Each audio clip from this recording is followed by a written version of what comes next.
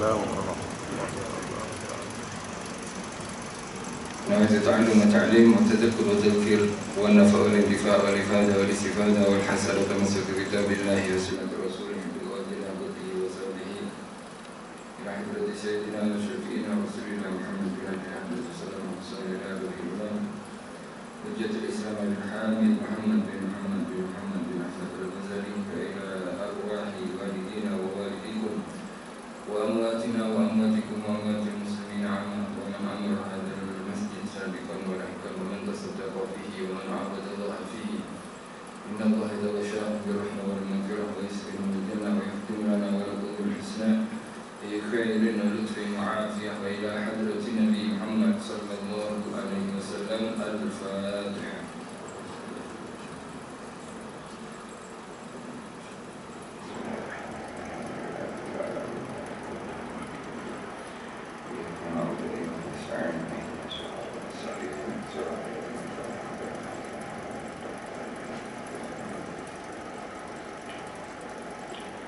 الحمد لله الذي هدانا لهذا وما كنا لنهتدي لولا أن هدانا الله. اللهم صل وسلم على سيدنا محمد مفتاح باب رحمة الله عدد ما في علم الله صلاة وسلاما دائمين بدوام ملك الله وعلى آله وصحبه ومن والاه ولا حول ولا قوة إلا بالله. رب اشرح لي صدري ويسر لي أمري واحلل عقدة من لساني يفقهوا قولي. أما بعد. Yang dimuliakan oleh Allah Subhanahu wa taala, muslimin, hadirin muslimat, hadirat, tuan-tuan, puan-puan rahimakumullah. Insyaallah pagi hari ini kita kembali mengkongsikan kitab nasihat-nasihat Imam Ghazali. Yang ini kita dah sampai kepada nasihat yang ketujuh. Tajuk nasihat ketujuh adalah dahulukan belajar ilmu yang fardu ain. Istilahnya kalau nak belajar ilmu, belajarlah ilmu yang sangat kita perlukan untuk kesahan dan kesempurnaan ibadah kita. Jangan sibuk dengan ilmu yang tak ada kesan langsung dengan amal ibadah harian kita, dengan solat kita, dengan wudu kita. Kita sibukkan dengan ilmu-ilmu yang tak ada kaitan dengan amal ibadah. Padahal kita belum tahu, sebab ramai orang yang sibuk belajar tentang filsafah. Padahal wudu dia belum tahu. Belajar tentang mantik, ilmu akal istilahnya, tapi dia solat belum tahu. Dia belum faham solat ini ada rukun qaulinya, ada rukun fi'linya, ada rukun qalbinya. Yani rukun fi'li, rukun yang perlu kita buat dengan anggota badan kita. Rukun qauli, rukun yang perlu kita lafazkan dengan mulut lisan kita. Rukun qalbi, rukun yang perlu kita lintaskan dalam hati kita. Dia fikir niat cukup dengan lisan. Dia orang tak faham. Padahal niat itu tempatnya dalam hati. Bab solat dia belum tahu, tapi sudah sibuk dengan mantik dan filsafahnya. Supaya kalau cakap dengan orang ini boleh berbelit. Dia cakap ke utara, padahal maksud dia ke selatan. Buat apa itu orang pening? Malaikat sendiri pening dengan kita. Awak ni solat tak faham, baca Fatihah mana suara, tak tahu. Malaikat nak tulis solat, kita tak solat orang. Solat subuh ke, solat zuhur ke, solat maghrib ke, malaikat duk dengar mana suara Fatihah. Padahal Al-Fatihah, takbir, salam, tahiyat adalah rukun qauli. Rukun yang mesti kita lafazkan. Tak boleh kita hanya baca dalam hati. Saya kalau dengan hati saya ikhlas, Ustaz. Ente ikhlas tak ikhlas, Fatihah baca dengan mulut. Sebab itulah yang diajarkan Nabi Muhammad SAW. Dibalik bila niat saya dengan lisan supaya dapat didengar oleh suara, oleh telinga saya. Dah terbalik. Ini syaitan ni, guru dia. Maksudnya niat itu dengan hati, baca Fatihah, baca salam, baca tahiyat. Dan takbiratul ihram wajib melafazkan dengan lisan. Kadang orang perkara yang membatalkan wudu dia tak tahu. Ada sebagian orang berkeyakinan bahwasanya bila dia disentuh istrinya tanpa sengaja tak batal wudunya. Bukan begitu, Ustaz. Tak macam tu. Kita kalau disentuh istri ke, atau kita menyentuh istri ke, syahwat tak syahwat, mazhab Syafi'i batal. Bila kita solat tak tahunya kita selalu seperti itu. Selepas maghrib saja cium istri, dicium istri, terus solat isyak. Berapa lama ente buat macam ni? Maka wajib diqadha, wajib diulang solatnya. Ini mengikut mazhab Imam Syafi'i. Oleh itu yang perlu kita dahulukan dalam belajar adalah belajar fardhu ain, yakni ilmu-ilmu yang berkaitan dengan rukun syarat ibadah harian kita, dan lebih-lebih dari itu adalah kesempurnaannya. Kesempurnaan daripada amal ibadah kita yang kita lakukan setiap harinya. Imam Ghazali berkata, wahai anakku yang tercinta, apakah hasil yang engkau perolehi daripada menghabiskan waktu untuk belajar ilmu perbahasan? Memang kalau dah belajar ini seronok gitu. Seronok membahas, oh kenapa cakap macam ini tak betul ni. Tak betul orang yang zikir selepas solat ni tak betul. Tak ada Nabi dibahas gitu. Padahal kalau ikutkan akal sehat, orang yang minta kepada Allah, doa, menyebut nama Allah, zikir kepada Allah lebih-lebih di masjid adalah afdal. Dan juga dalam hadis dikatakan termasuk waktu yang mustajab adalah waktu selepas kita ibadah. Selepas solat, selepas baca Al-Quran kita minta kepada Allah, selepas sedekah kita minta kepada Allah, ketika haji kita minta kepada Allah, ketika buka puasa sebagai ibadah kita minta kepada Allah. Itu adalah masa-masa yang dikabulkan oleh Allah Subhanahu wa taala. Tapi dibahas kenapa kunut tadi subuh ni ada kunutnya. Dibahas tentang kunut. Bab-bab yang tak perlu panjang lebar sebetulnya. Jadi zaman dulu sudah ada isu seperti ini. Lala sekali di perbahasan saja. Perbahasan tak ada amalan, tak ada jamaah. Lala sekali kenapa awak tak solat di masjid? Malaslah, di masjid tak ada kunut. Bertahun-tahun tak pergi masjid. Sebab apa? Bab kunut saja. Ya, kalau kita tak nak kunut, ayat kunut tak ada masalah. Memang mazhab kita tak batal. Istilahnya jangan sampai kita sebab argumen kita atau ilmu yang kita ini yang sangat dangkal, kita kehilangan solat berjamaah yang mana tak ada riwayat mengatakan Nabi pernah tinggal solat jamaah. Jadi kadang orang ini tertipu sebab salah satu masalah yang masih khilaf, dia boleh tinggalkan sunnah muakkadah yang memang digalakkan oleh umat Nabi Muhammad sallallahu alaihi wasallam. Ada orang-orang jenis seperti ini. Jangan terlalu sibuk dikatakan oleh Imam Ghazali untuk menghabiskan waktu kita untuk perbahasan bab-bab khilafiyah, bab-bab furu'iyah, cawangan-cawangan fikih ini memang kita tak menafikan ada banyak khilafnya. Ada banyak khilaf, bab wuduknya, bab membatalkan wuduknya, bab najisnya, jenis-jenis. Ini khilaf antara ulama itu sendiri. Wal ikhtilaf dikatakan wal ikhtilaf rahmati, awal ikhtilaf ummati rahmah. Dan perbedaan pendapat antara umatku adalah rahmat. Jangankan daripada umat Nabi yang akhir zaman ini, di zaman sahabat Nabi pun ada khilaf. Mereka yang cara pemahamannya tak sama ketika menerima satu arahan daripada Rasulullah sallallahu alaihi wasallam. Ada beberapa sahabat yang diutus oleh baginda Nabi untuk pergi ke tempat Khaybar kalau tak silap, ke satu tempat. Nabi berkata pada sahabat ini, kalian jangan sholat asar melainkan dah sampai pada tempat tersebut.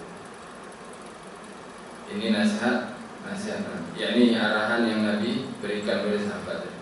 Akhirnya sahabat sam'an wa ta'atan, mendengar dan taat dengan apa yang diarahkan oleh baginda. Lalu sekali masuk asar tak sampai lagi. Asar nak habis tak sampai lagi.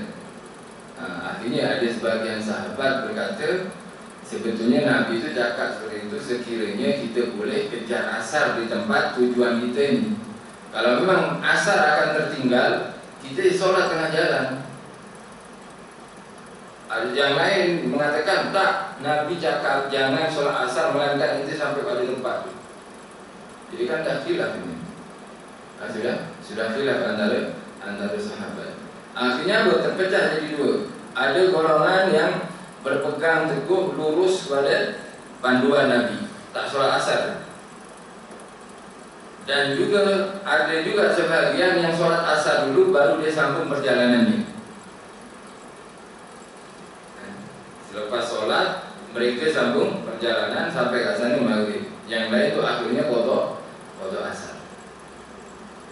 Kenapa tak dijamak? Wallahu alam dalam riwayat itu. Kenapa tak dijamak zuhur, jamak takdim istilahnya? Wallahu alam. Akhirnya perkara ini, isu ini dilaporkan kepada baginda Nabi Muhammad SAW, dan Nabi tak menyalahkan dua-duanya.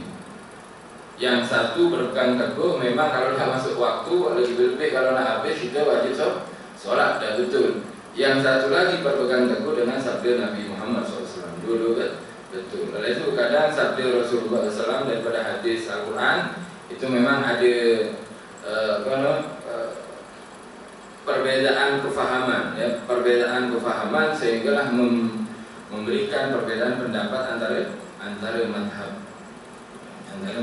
Empat madhab khususnya. Alhasil kita alhamdulillah ada 4 madhab ini, sebab Nabi berkata perbedaan umatku yang antara madhab ini adalah rahmat bagi umat itu sendiri. Jangan habiskan waktu hanya untuk ilmu perbahasan atau ilmu kalam, ilmu tauhid yang dalam-dalam sampai kita tak faham. Sifat 20 dah cukup. Sifat wajib, sifat jaiz, sifat sifat mustahil bagi Allah. Tapi dia nak dalam lagi. Nak dalam, dan ilmu tauhid ini kalau kita tak continue, tak terus-menerus belajarnya, kejap datang, kita dah datang. Sekali datang, 2 hari dah datang. Misalkan ada kursus tauhid, insya-Allah tak sambung itu.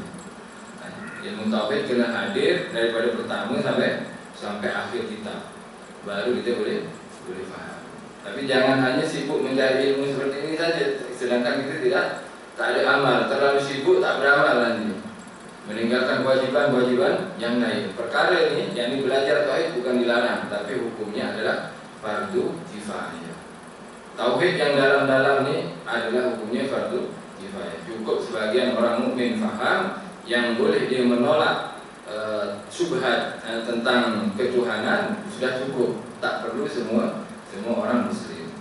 Dan ilmu khilaf, yang ilmu perbahasan khilafiyah, ilmu fikah dengannya yang halus-halus, yang lembut, dan ilmu tib, ilmu perubatan, dan ilmu yang berkenaan dengan himpunan syair, ilmu himpunan syair Arab, dan ilmu peredaran bintang, ilmu falak, dan ilmu yang berkenaan dengan timbangan syair Arab, arud, dan ilmu yang berkenaan dengan qasidah bahasa Arab, yakni bahasa ilmu nahwu dan sorof.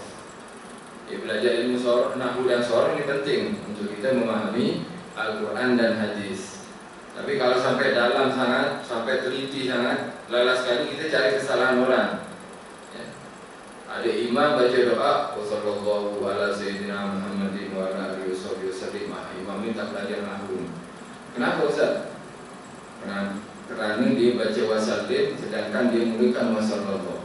Dalam nahwu, bahwasanya wasallim, waw itu adalah waw atof. Ya kan, belajar nahwu kan seperti itu kan. Jadi waw atof itu adalah menyamakan huruf yang selepas waw dengan kalimat sebelum waw. Jadi wasallam itu diatofkan kepada wasolat. Sepatutnya imam tadi, bukan imam sholat sini, saya contoh ini saja. Imam tadi dah betul lah. Jadi saya tak komentar imam dah betul kan. Ini contoh saja. Orang yang sibuk nahwu dan sangat teliti. Memang orang kalau dah belajar nahwu, dia tak perlu tengok kitab, dia dengar saja dia boleh tahu yang baca itu salah. Dia yang baca itu salah. Seperti doa-doa kebanyakan, doa-doa. Sebenarnya pemula-pemula sebetulnya yang banyak mengkritik.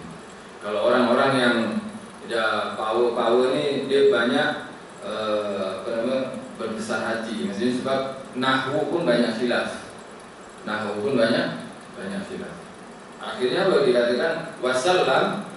Bila dibaca solat wajib wasallam, sebab atofnya pada solat, salam, solat, salam. Tapi wasallillahumma ala abdika wa rasulika wasallim. Wasallim. Ada orang baca lagi sallallahu ala rasulullah. Salah ni sudah. Kenapa salah Ustaz? Sebab ala itu kalimat selepas ala dia akan baris bawah. Alhasil. Buat apa kita belajar buat cari salah orang? Sepatutnya kita belajar macam mana nak khusyuk, nak ikhlas kepada Allah Subhanahu Wa Taala, nak rajin beramal. Ini menghabiskan usia hanya cari kesalahan orang lain. Kadang ada yang sengaja, tapi ini untuk pondok-pondok lah, untuk pelajar-pelajar. Baca Bismillah itu sebetulnya kan bukan yang di Al-Quran. Kalau kita Bismillah yang di kitab ini, itu boleh dibaca banyak cara. Bismillahirrahmanirrahim itu dalam Al-Quran, semua baris bawah. Sebab Ar-Rahman, Ar-Rahim na'at kepada lafzul jalalah Allah. Bismillahi sebab Allahi bawah, semuanya selepasnya bawah. Tapi kita boleh baca Bismillahirrahmanirrahim, Bismillahirrahmanirrahim contohnya. Tapi jangan Al-Quran. Al-Quran tak boleh ikut qiraah kalau Al-Quran. Kalau baca kitab kan ada Bismillah juga dalam kitab. Kadang pelajar-pelajar dibaca masing-masing. Kalau ada yang menyalahkan, mana yang salahkan tak tahu.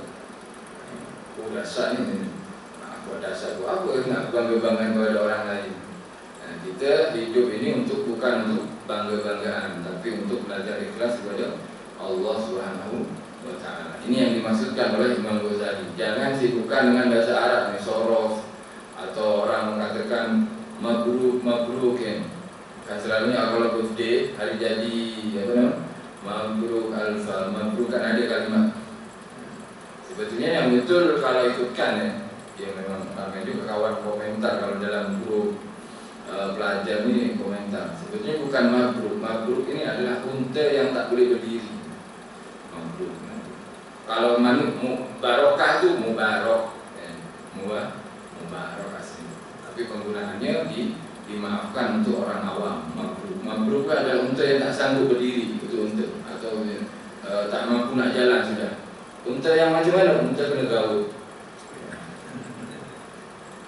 Unta bukan manusia.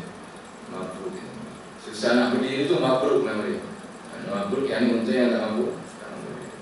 Sepatutnya orang yang hari jadi jangan katakan mabruk nanti tak mampu berdiri.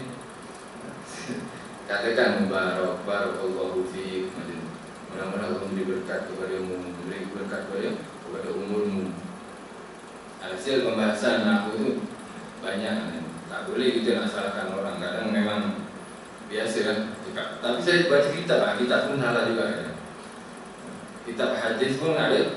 Bukan hadisnya yang salah, tapi baris yang diberikan dalam hadis itu yang salah. Tapi kalau Al-Quran, alhamdulillah, Al-Quran tak ada. Tapi kalau hadis masih ada yang salah. Jadi kalau baca kitab depan pelajar ni paling susah dia. Terus dikritik. Tapi anak-anak muda biasalah semangat tinggi untuk belajar. Nah, Imam Ghazali mengatakan jangan terlalu sibuk dengan nak tunjuk diri hebat atau nak tunjuk diri ada ilmu ini, ada ilmu Arab, ada ilmu nahwu, ada ilmu sorof, gunakan kalimat-kalimat yang tinggi sampai orang tak faham.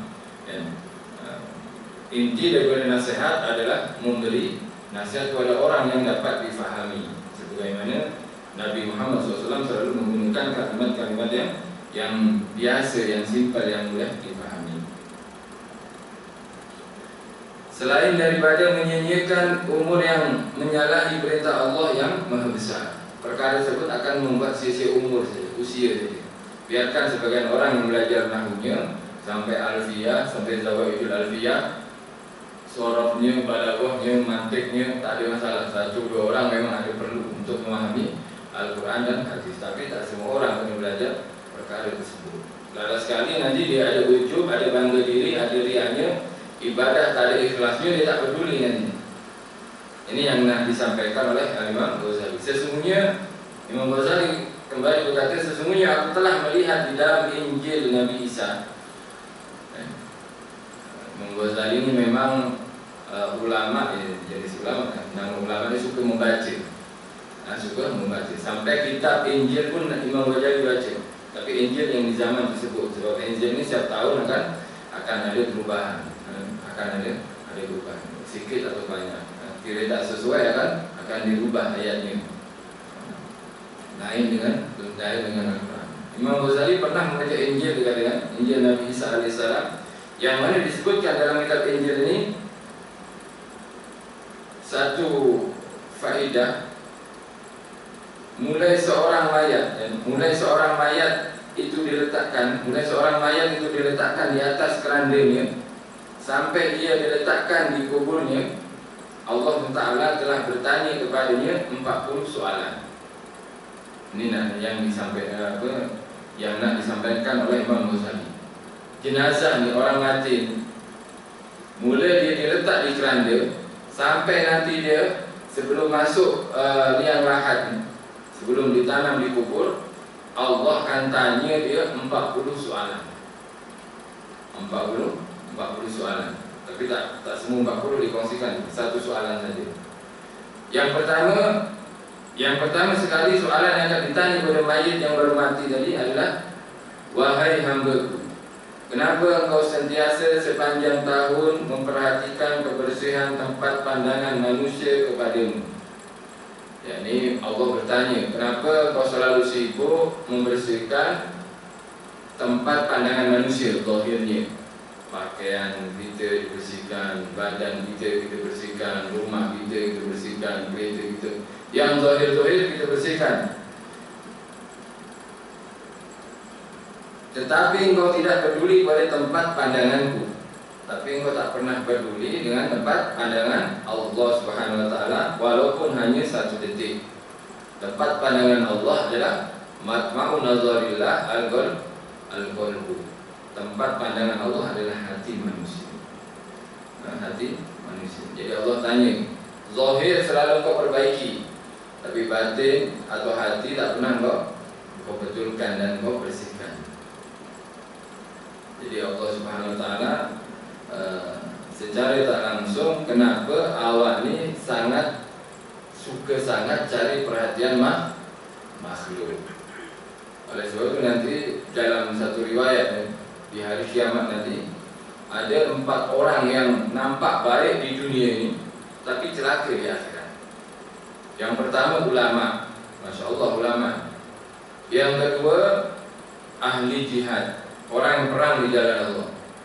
Yang ketiga ahli sedekah. Yang keempat ahli ibadah. Ini orang-orang baik semua kalau zahirnya, tapi di dunia je celaka. Jadi ada ulama yang celaka, ada orang yang jihad di jalan Allah celaka, ada yang rajin sedekah, rajin derma celaka, dan juga ada ahli ibadah, rajin puasa, solat dan semuanya, rajin taat, celaka. Empat orang ini. Kenapa semuanya? Kerana semuanya dilaksanakan atau melaksanakan amalan tanpa ada keikhlasan kepada Allah Subhanahu Wa Taala. Satu hadis yang sangat panjang sebetulnya. Ulama datang menghadap kepada Allah dengan percaya diri, confident sangat sebab dia sudah mengajar, pengikut dia dah ramai. Akhirnya confident menghadap Allah. Ya Allah, istilahnya, ya Allah ini saya, istilahnya macam itulah, tapi dia tak cakap. Akhirnya ditanya, apa yang kau buat wahai hamba-Ku di dunia? Oh, saya telah mengajar, saya belajar, saya mengajar, ramai penduduk, ramai pengikutnya. Berfikiran bahwasanya ramai pengikut, ramai yang mendengar itu menunjukkan darjat di sisi Allah, tak ada. Ya. Istilahnya orang atau dai yang ramai pengikutnya tak mesti darjatnya tinggi di sisi Allah Subhanahu Wa Taala. Kenapa? Sebab ada nabi ada nabi Samuel atau beberapa nabi yang mana pengikutnya hanya 3 orang. Ada nabi yang umatnya yang ikut dia 2, bahkan ada nabi yang tak ada pengikut langsung, padahal dia nabi. Dan itu semua tidak mengurangi derajat kenabian dia, masih tinggi di sisi Allah SWT, kerana mereka berusaha menyampaikan atau berusaha memperbaiki umatnya, walaupun tak ada yang ikut, dan semuanya dilaksanakan kerana Allah SWT. Ketika ulama yang menghadap Allah dan dia menjawab, saya mengajar, saya belajar, dan macam-macam, banyak dia anak murid, maka Allah mengatakan engkau bohong. Kau laksanakan semua itu bukan kerana itu. Kau laksanakan hanya untuk perhatian orang, ujian, dikatakan ulama, dan seterusnya. Dalam sekali amalan tersebut dicampakkan ke mukanya dan disuruh ke malaikat heret dia dalam api neraka. Dan seterusnya, seperti juga pada ahli sedekah, ahli ibadah, dan juga ahli jihad. Alhasil yang penting ketika kita ibadah kepada Allah Subhanahu Wa Taala adalah perhatikan hati kita, ikhlaskan ibadah kita hanya untuk Allah Subhanahu Wa Taala. Nabi Muhammad SAW bersabda dalam satu hadisnya, Inna abdala ummati la yadkhuluna al-jannata bi kasrati salatin wa la siyamin bal bi salamati sudur wa sakhawati nufus wa rahmah bi kulli muslimin.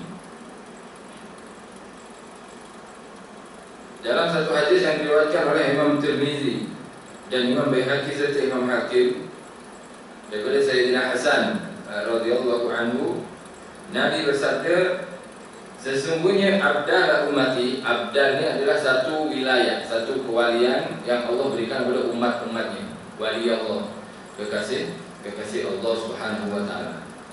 Abdal namanya, wali abdal, disebut wali abdal. Ada wali kutub, ada wali ausat, itu tingkat kewalian. Alhasil abdal ini adalah satu derajat kewalian yang yang diberikan oleh Allah kepada sebagian hamba-Nya. Inna abdal umati, sesungguhnya wali-wali abdal daripada umatku mereka tak masuk surga ini dengan banyak solat atau banyak puasa. Ada sebagian wali-wali Allah ini, mereka menjadi wali, mereka menjadi kekasih Allah bukan kerana banyak solatnya, bukan kerana banyak puasanya, bal bi salamati sudur, tapi dengan keselamatan hatinya. Wasakhawatin nufus, selamati sudur, yakni tak ada kebencian kepada orang mukmin, tak ada riak, tak ada sombong, memang lurus bersih hatinya. Wasakhawatin nufus, dan juga suka memaafkan. Sakhawat, pemurah jiwanya, suka memaafkan, suka timbang rasa, yakni memaklumi, tak apalah, mungkin dia macam ni. Warahmati bi kulli muslimin, dan banyak rahmat ke hatinya kepada orang muslim. Kalau itu kadang orang tak banyak puasanya, tak banyak solatnya, tapi hatinya bersih. Ada orang buat salah, dimaafkan. Ada hutang kepadanya, dihalalkan. Alhasil awak tak benci dia kan? Dialah yang celakai awak hari itu. Tak ada, tak apa, mungkin dia tak sengaja.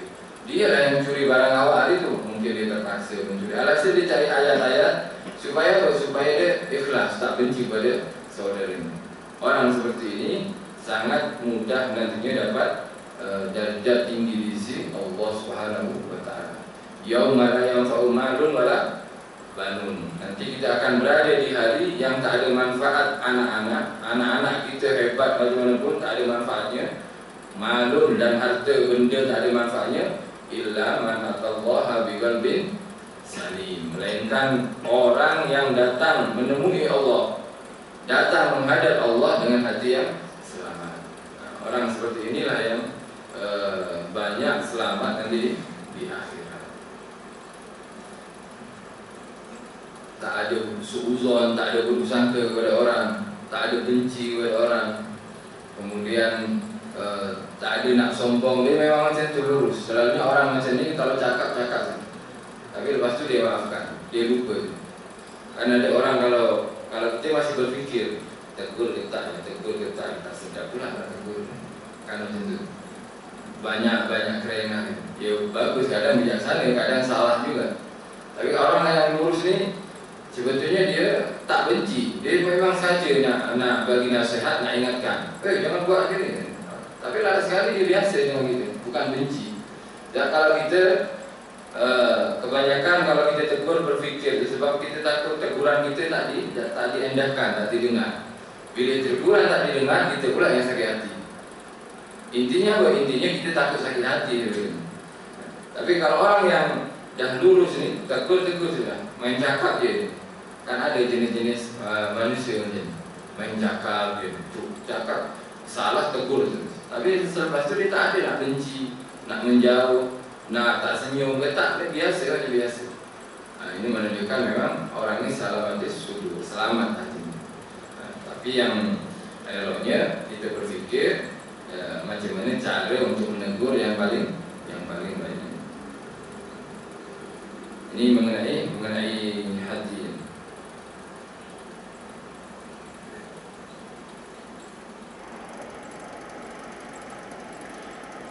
Berkata Al-Habib Abdullah bin Ali Muhammad Al-Hajjaj, yakni yang kita baca hari Isnin kitabnya, kitab Risalatul Muawanah atau Tarikat Petunjuk ke Jalan Akhirat. Berkata Imam Haddad, lam tudha'il asrar illa fil awiyati tahirun najiyah lal mal'anah minal qadar wa takhlid walau kana huwa awla bi irsin min ghalihi faqad yarisu ghairu wujudi hadha syarti bi dhalikal ghair wa hululi dhalikal gharib minhu. Tidak akan diletakkan rahasia Allah Subhanahu wa taala, ilmu-ilmu yang Allah akan, yakni rahasia Allah taala tidak akan diletakkan melainkan dalam bekas yang bersih dan suci, bukan bekas yang penuh najis dan penuh kotoran. Maksudnya Allah tidak akan meletakkan rahasianya di hati-hati yang masih sibuk mencari perhatian manusia. Seperti kita diberi minum susu, Masya Allah suka minum susu murni, tapi dicampur sedikit najis ayam, sedikit je. Siapa yang nak? Walaupun 1 liter susu, najisnya sedikit, letak sedikit je. Letak apa? Najis ayam. Siapa yang nak? Dia tak nak. Macam itu juga amalan manusia, bila dicampur dengan riaknya, dengan ujubnya, dengan cari perhatian manusianya, Allah tak nak juga amal ibadah tersebut. Naknya apa? Naknya yang murni, pure, yakni yang 100% bersih. Itu yang sepatutnya dilakukan oleh kata Imam Ghazali, yakni berusaha membersihkan hati, khususnya bagi kita yang ingin mendapat pandangan daripada Allah Subhanahu wa taala. Allah sentiasa melihat hati kita. Ada orang yang senyum padahal hatinya benci. Ada orang yang tak senyum padahal hatinya rahmat.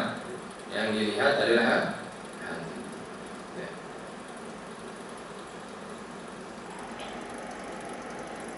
Oleh itu kalau ibadah dikatakan, kalau ibadah wajib itu memang elok ditambahkan. Solat 5 waktu tambahkan jamaah misalnya. Tapi kalau solat sunnah disorokkan, dan sunnah dirahasiakan. Tapi itu kembali kepada diri kita sendiri. Ustaz, kalau saya nak rahasiakan solat sunnah di rumah, saya memang tak solat, Ustaz. Kecuali di masjid, itu kena solat di masjid kalau orang seperti ini. Tapi kalau kita mampu nak rahasiakan satu amalan, maka rahasiakan amalan tadi. Amalan apa saja, sedekah ke, solat ke, ibadah puasa ke, atau ibadah haji atau umrah. Ada sebagian orang nak tunjuk dirinya puasa, dia tak cakap. Dia tak cakap saya puasa, tak cakap macam tu. Dia tunjukkan dia puasa itu dengan berjalannya, merunduk, dia lemas. Akhirnya orang tanya, kenapa awak lemas sangat ni? Isnin kan? Oh iya, Isnin puasa dia. Nak buat apa nak saya berkata. Ada para ulama dulu kalau puasa tu buat tak puasa, buat tegak. Dia takut aja, takut orang tanya. Dia bukan masalah orang tanya, masalahnya yang jawabnya.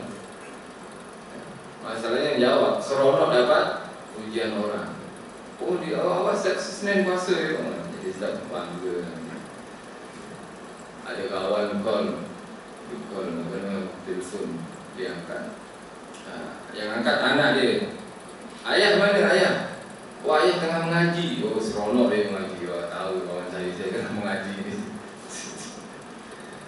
Lepas tu lain masa pula kawan tu call pukul 7 petang. Ayah mana? Tengah solat asar. Kurang ajar punya anak. Aduh, alhasil apa? Maksudnya apa? Maksudnya ini sudah malu nak dicaci dan suka dipuji oleh manusia. Itu sifat kita. Sifat kita. Oleh kalau ibadah tu eloknya di rumah, baca Al-Quran di rumah. Kita jangan di masjid baca rumah, di rumah tengok phone. Masjid sekejap je nak baca Quran. Sekejap lagi Isra tunggu 10 minit baca Quran 5 minit. Sampai rumah tengok phone 5 jam sampai petang. Tak adil di sini. Sepatutnya, tapi afdal di masjid, memang afdal di masjid. Di rumah pun afdal juga supaya rahmat turun ke rumah kita. Rumah yang dibacakan Al-Quran akan nampak terang benerang, bercahaya, malaikat boleh tahu. Sebagaimana orang di dunia ini, bila ada bintang dia boleh tahu arah selatan, arah timur. Macam juga malaikat yang di langit akan tahu mana orang-orang yang baca Al-Quran atau tak baca Al-Quran. Orang yang rumahnya dibaca Al-Quran akan turun rahmat Allah Subhanahu wa taala. Alhasil amal ibadah, usahakan kita ni ibadahnya jangan seronok bila dipuji atau kurang semangat bila dicaci. Kurang semangat bila dicaci. Kaya sedekah RM5 je. Gaji besar RM5 sedekahkan masjid. Terus merajuk tak sedekah dia. Apa benda? Jadi apa nama? Dibuat. Oleh itu jangan tampakkan. Jangan tampakkan, biasakan merahsiakan daripada amalan baik. Sebab apa? Amalan ini hanya untuk Allah saja. Sembahyang kita, persembahan kita semuanya ini hanya untuk Allah Subhanahu. Usahakan betul-betul hanya untuk Allah. Dan katakan, dan setiap hari Allah Ta'ala memandang ke dalam hatimu lalu dia berfirman, kenapa engkau hanya memberikan perhatian kepada yang lain daripadaku, sedangkan engkau dikelilingi dengan ihsanku? Apakah engkau sebenarnya tuli dan tidak dapat mendengar lagi?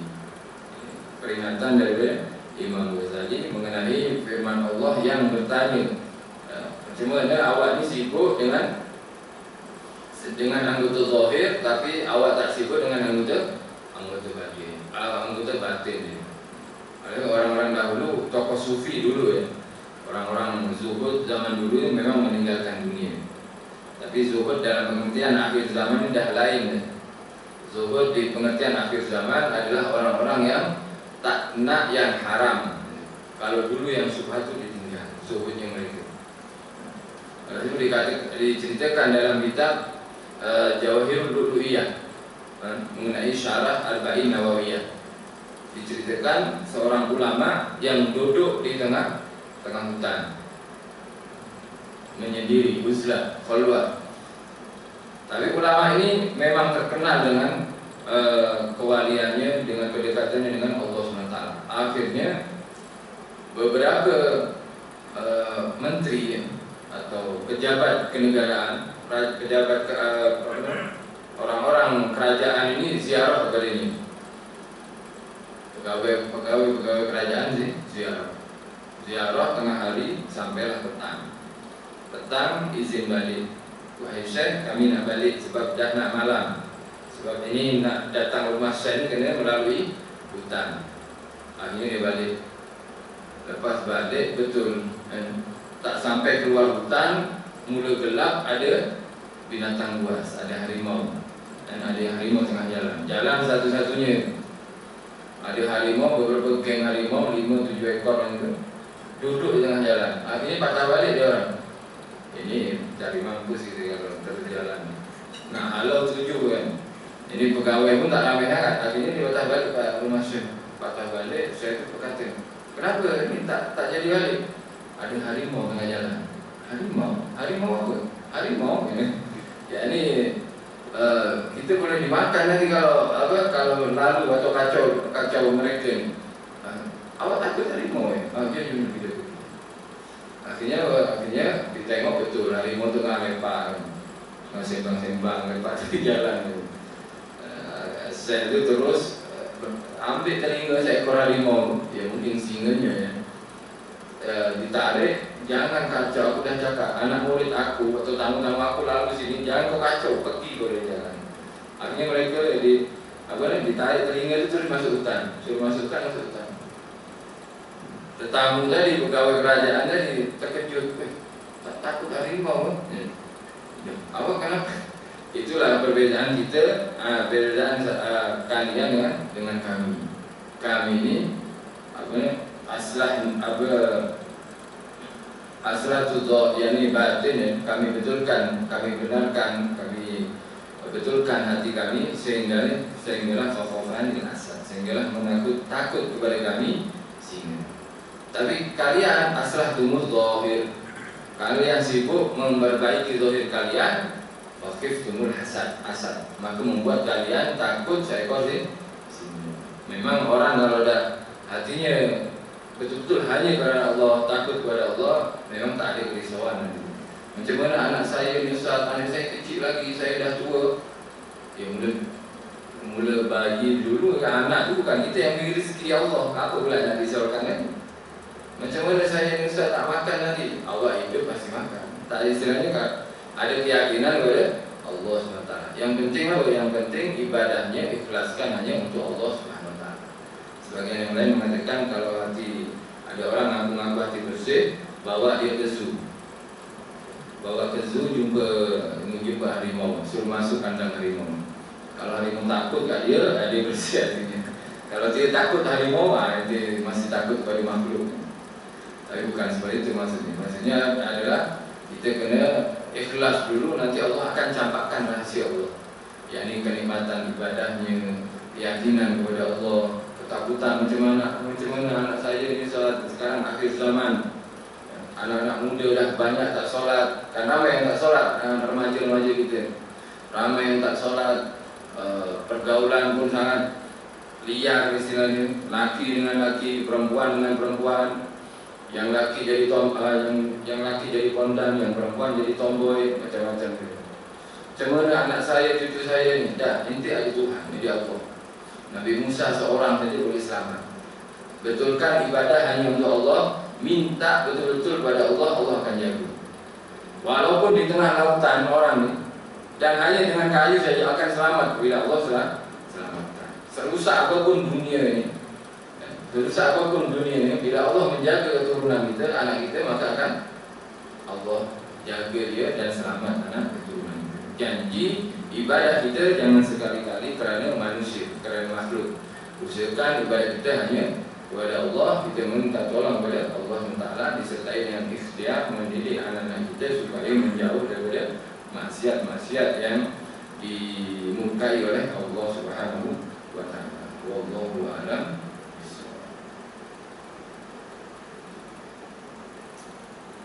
Bismillahirrahmanirrahim. Alhamdulillahirabbil alamin. Allahumma shalli wa sallim ala sayyidina Muhammadin wa ala ali sayyidina Muhammad. Rabbana anfa'na bima 'allamtana. Rabbi 'allimna alladhi yanfa'una, rabbi faqihna wa faqih ahlana wa qarabatin lana fi dinina ma ahli qudri unsa wa dzakar. Rabbi wafiqna wa wafiqhum lima ترتضي قولا وفعلا كرما وارزق كل حلالا دائما واخذا تعلما نرضى بالخير ونكفى كل شر. ربنا اصلح لنا كل شؤون واقر بالرضا منك العيون واقض عنا ربنا كل ديون قبل ان تاتينا رسل منون واغفر واستر انت اكرم من ستر. وصلاة الله تغشى المصطفى من الى الحق دعانا والوفاء بكتاب فيه للناس شفاء وعلى الآل الكرام الشرفاء وعلى الصحب المصابيح الغرام. اللهم اهدنا بهداك واجعلنا ممن يسارع في رضاك ولا تولنا وليا سواك ولا تجعلنا ممن خالف أمرك وعصى. وحسبنا الله ونعم الوكيل ولا حول ولا قوة إلا بالله العلي العظيم. وصلى الله على سيدنا محمد وسلم. الحمد لله رب العالمين. الفاتحة.